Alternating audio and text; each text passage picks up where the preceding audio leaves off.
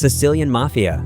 The Sicilian Mafia, also known as Cosa Nostra, became feared not just because of its power, but because of how completely it controlled fear itself. In parts of Sicily, entire towns stayed silent even after murders happened in broad daylight.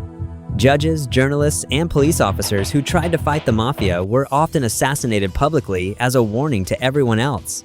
One of the most shocking moments came in 1992 when anti-mafia judge Giovanni Falcone was killed using hundreds of kilograms of explosives placed under a highway. The blast was so massive that it tore apart the road itself. The organization built its empire through extortion, assassinations, and political corruption, turning silence into one of its deadliest weapons. Russian Mafia. The Russian Mafia gained a terrifying reputation during the chaos that followed the collapse of the Soviet Union. Former soldiers, black market dealers, and corrupt officials entered organized crime almost overnight. Contract killings became so common in some cities that businessmen were afraid to leave their homes without armed guards. Explosions in cars, shootings outside, restaurants, and disappearances became part of daily life during the 1990s.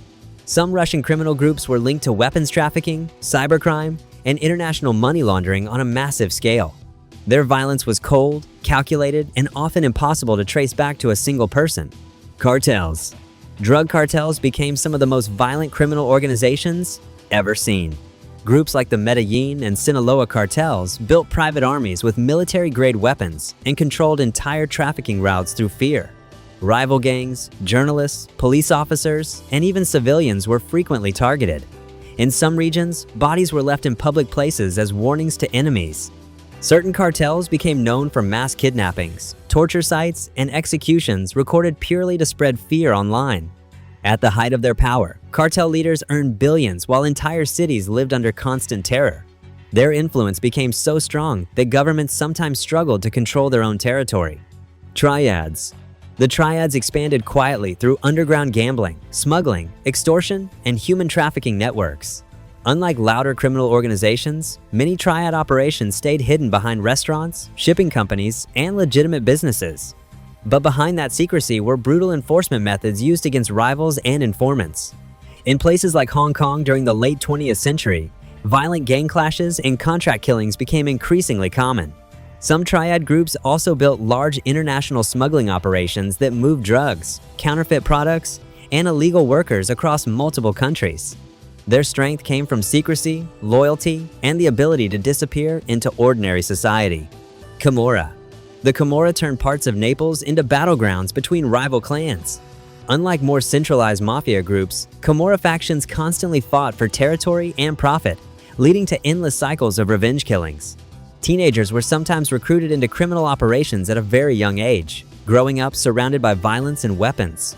The organization also became infamous for illegal toxic waste dumping, where dangerous chemicals were buried near residential areas for profit. Entire communities later suffered serious health problems linked to those operations. The Camorra mixed street-level brutality with large-scale corruption, making it one of Italy's most unpredictable criminal networks. Yakuza. The Yakuza operated with strict discipline, but behind that structure was a long history of violence and underground crime. Some groups became involved in illegal gambling rings, blackmail operations, human trafficking, and brutal debt collection.